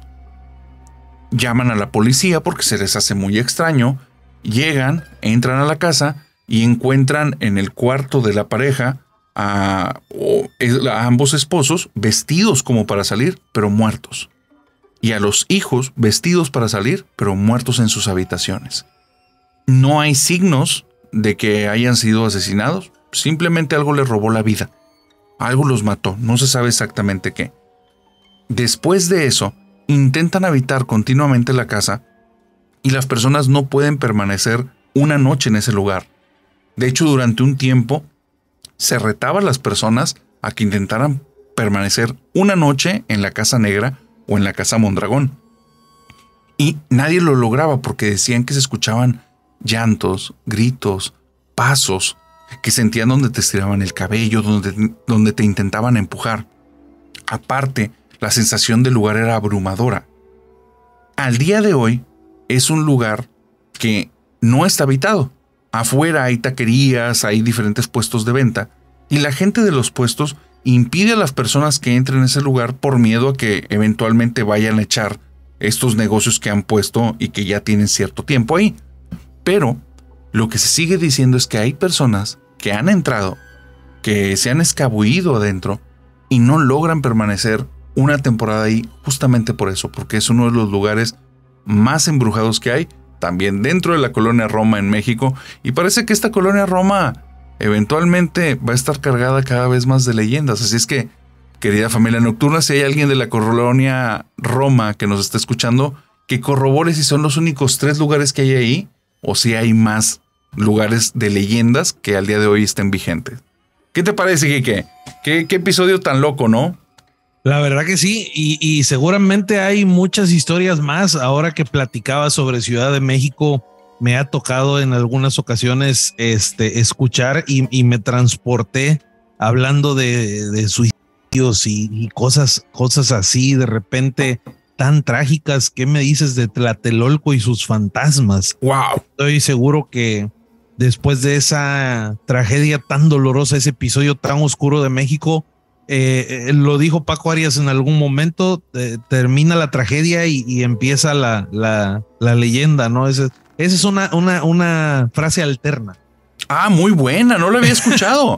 Gran Sí, frase, claro. saludos al buen Paco. ¿Cómo te dije? Hasta se me olvidó. ¿Termina la tragedia y empieza la leyenda? Y la tragedia le da paso a la leyenda, ¿no? Estoy seguro que debe haber muchas historias de este episodio tan triste de la vida del México no tan viejo, ¿no?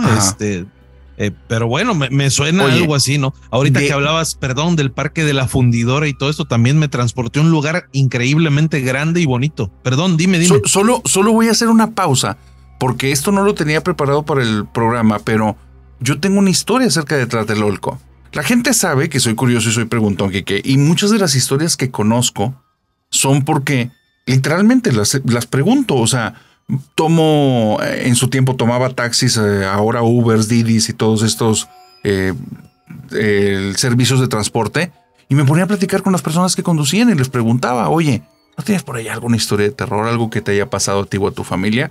Desde que tengo uso de razón, siempre le pregunto eso a las personas. Me gustan las historias de este tipo.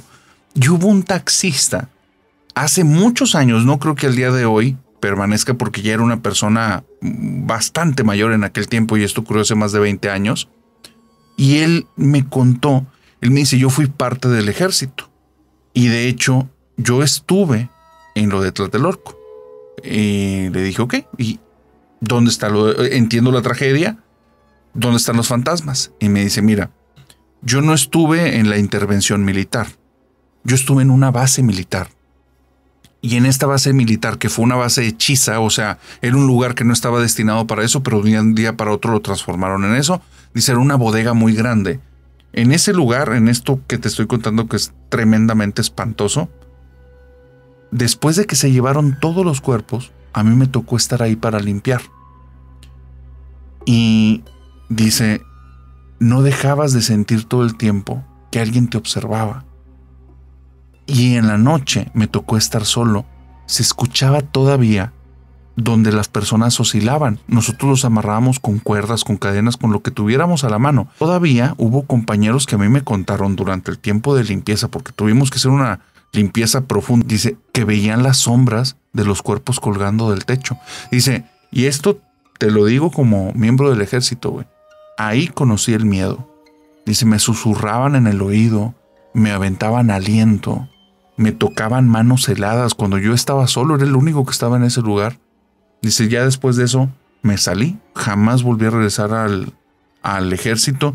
Dice, y al día de hoy yo siento que estoy maldito. Es una realidad triste, dolorosa. Seguramente es tocar fibras súper sensibles porque hay hijos todavía, hay ¿sí? Parejas, hay padres tal vez después de todos estos años y que están esperando o que perdieron a un ser querido ahí y ya seguramente se habrán reencontrado en un lugar santo ambos, pero híjole, yo creo que debe haber muchas historias de este tipo. Sin embargo, sí creo también que mucha gente pues no las va a contar, ¿no? Es doloroso, es penoso incluso para uno como mexicano, porque fue una historia que trascendió fronteras dentro y fuera de México. No solo Tlatelolco, Tuxtepec, Oaxaca tuvo una escuela normal superior donde hubo también situaciones bastante fuertes, mi estimado narrador. Esta escuela normal superior fue traída a Tuxtepec, Oaxaca, hace muchísimos años, cuando todo el movimiento estudiantil era la más nueva, contaba con alberca, fosa para clavados, canchas de fútbol, básquetbol, voleibol, pista de atletismo. Wow. Había lugar para salto de altura. Es una escuela increíble que hoy dio paso a dos instituciones educativas, una primaria y una secundaria, donde yo pude estudiar. Está el cuarto de maquinarias todavía de la alberca de esta escuela normal superior. Y créeme que ese cuarto de maquinarias, uno cuando iba a la escuela de la secundaria, le pensaba uno para entrar ahí, porque hay historias bastante desgarradoras del mismo tenor que la que acabas de contar. Hay desaparecidos, compañeros, maestros mi madre es jubilada del magisterio, compañeros de ella, de esa generación. Muchos de ellos tuvieron que ir a terminar como mi mamá su normal superior a otras ciudades, al istmo de Tehuantepec, a Oaxaca capital, aquí en el estado, a otros lugares, estado de Veracruz. Esta normal superior de Tuxtepec se cerró después de todo ese episodio tan oscuro, ¿no? No solo fue Tlatelolco, también Tuxtepec, Oaxaca, y estoy seguro que también algunas otras ciudades. Sí. Y esa tragedia da paso a la leyenda, a la leyenda de terror, de miedo, de seguramente todos esos espíritus que quedaron penando después de esta desgracia. Justicia, seguramente mucha gente pidió y seguirá pidiendo, ¿no? Wow, qué tremenda historia. Sí, claro, fuerte, créeme, dobla, se me apaga la voz un poco porque pues son cosas muy recientes, y yo viví en Tuxtepec, soy nacido ahí, estuve en ese lugar, y el escucharlo de voz de mi mamá, incluso el decir pues fulano, sutano nos hacen falta, ¿no? Se los llevaron y nunca los regresaron, pues son familias que quedaron con un gran daño irreparable, mi querido narrador. Y bueno, a manera de un respetuoso homenaje a lo mejor, y no solo eso, sino de que nunca se deje de alzar la voz, ojalá y esto pueda escuchar la luz pública en la medida de lo posible y que no haga daño a las personas que se vieron afectadas tan trágicamente por esto, ¿no? Increíble. Quique, qué gran forma de cerrar el episodio. Te agradezco mucho la participación, que te hayas dado el tiempo, que nos hayas ilustrado con toda esta cátedra histórica y con esta riqueza de datos. Y lo digo en serio. Gracias, amigo. Creo que este aporte que estás dando es invaluable, es algo increíble. Espero que las personas lo aprovechen. Y como les he dicho a muchos, hablemos de lo que no existe. No es un lugar para que vengas propiamente a documentarte a fondo, pero sí es un lugar en el que buscamos que despierte esa semilla de curiosidad en ti, que te lleve a indagar en los temas. Entonces, vayan por favor a No Mires por la Ventana, el canal del buen Quique Huerta, porque como se dan cuenta, en su canal, los datos históricos y los datos a detalle poco a poco van a ir floreciendo cada vez más. Es que, Quique, muy agradecido. ¿Cómo te la pasaste? Increíble, como de costumbre.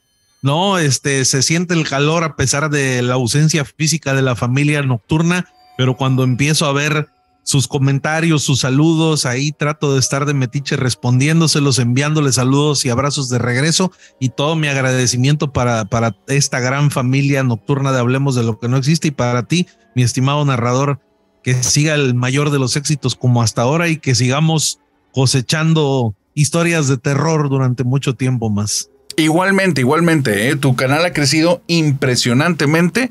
Para la gente que no lo ha visto, vaya a No Mires por la Ventana. Está increíble las historias del Quique, sus invitados. Y bueno, yo también ya fui de invitado para allá y estuvo muy buena la plática. Espero la disfruten. Y de hecho también aprovecho para decirles que tenemos el segundo canal de aquí, de Hablemos de lo que no existe, que se llama Crónicas del Narrador. Aquí les va a aparecer abajo el @Crónicas del Narrador para que vayan a buscarlo en YouTube, en el cual estamos subiendo contenido exclusivo, que traemos como otro perfil, otra dinámica, que yo sé que les va a encantar. Y de hecho, Quique, te quiero invitar para que seas uno de los primeros invitados de este canal de Crónicas del Narrador. Y ahí te va una propuesta para ver si te late. Venga. Quiero ver si se te antoja que hagamos una investigación ahora sí un poquito más a fondo y nos echemos una plática de Pachita, esta bruja chamán. Eso me interesa. ¿Te Sí. late? Sí, por supuesto. Vamos a hacer ese compromiso. Órale, muy bien. Entonces, querida familia nocturna, díganos qué nos parece. Dejen un comentario en Crónicas del Narrador y en No Mires por la Ventana, a ver si sí quieren el episodio en el que hablemos de Pachita. Y si este video llega a 3,000 likes, es un hecho que lo aventamos. Y voy a aprovechar esos 3,000 likes para irme tomando el tiempo y ir documentando más, para ahora sí dar como un poquito más de investigación y más datos en este episodio que vamos a hacer de Pachita. Pero bueno, Quique, gracias por haberte dado el tiempo. Te mando un fuerte abrazo, hermano. Bien recibido y va de regreso. Querida familia nocturna, les deseo bonita semana y que tengan dulces pesadillas. Bye, bye. Oye, qué buen episodio, Quique, qué bruto. Déjame ir cortando. Sí. Igual yo, aguanta. Sí.